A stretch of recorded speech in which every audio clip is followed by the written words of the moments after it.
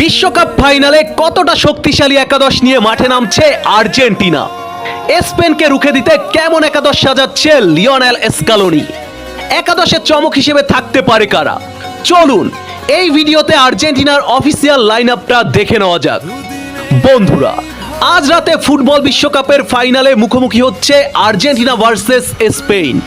ইতিহাসে প্রথমবারের মতো বিশ্বকাপ ফাইনালে মুখোমুখি হচ্ছে এই দুইটি দল। ফুটবল ফ্যানদের অধীর অপেক্ষা কার হাতে উঠতে যাচ্ছে সোনালী বিশ্বকাপ। আর্জেন্টিনার 4 স্টার নাকি স্পেনের 2 স্টার, এটা জানা যাবে আর কয়েক ঘন্টা বাদেই। তবে স্পেনকে হারাতে কঠিন পরিকল্পনা করছে আর্জেন্টিনার ম্যানেজার লিওনেল স্কালোনি।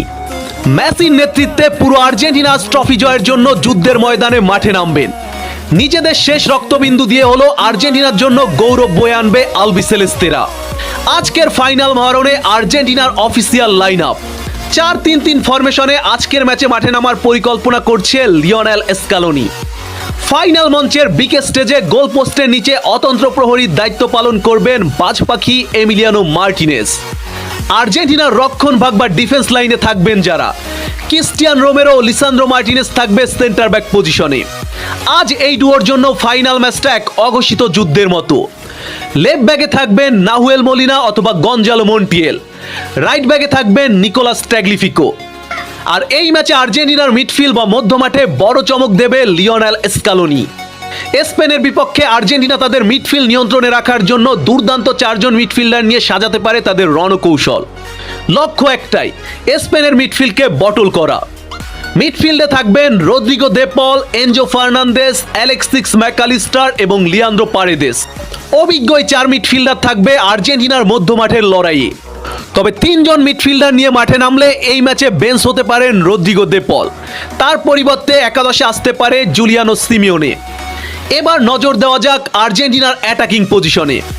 স্পেনের ডিফেন্স লাইনে ত্রাস সরাতে আর্জেন্টিনার অ্যাটাকিং পজিশনে থাকবে সর্বকালের সেরা ফুটবলার লিওনেল মেসি এবং তার সাথে থাকবেন স্পাইডার বয় জুলিয়ান আলভারেস।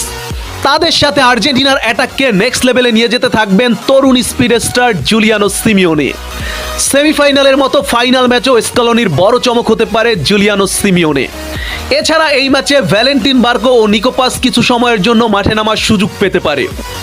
ম্যাচের রেজাল্ট আর্জেন্টিনার অনুকূলে থাকলে মাঠে নামার সুযোগ পাবে এই তরুণ 2 স্পিড স্টার।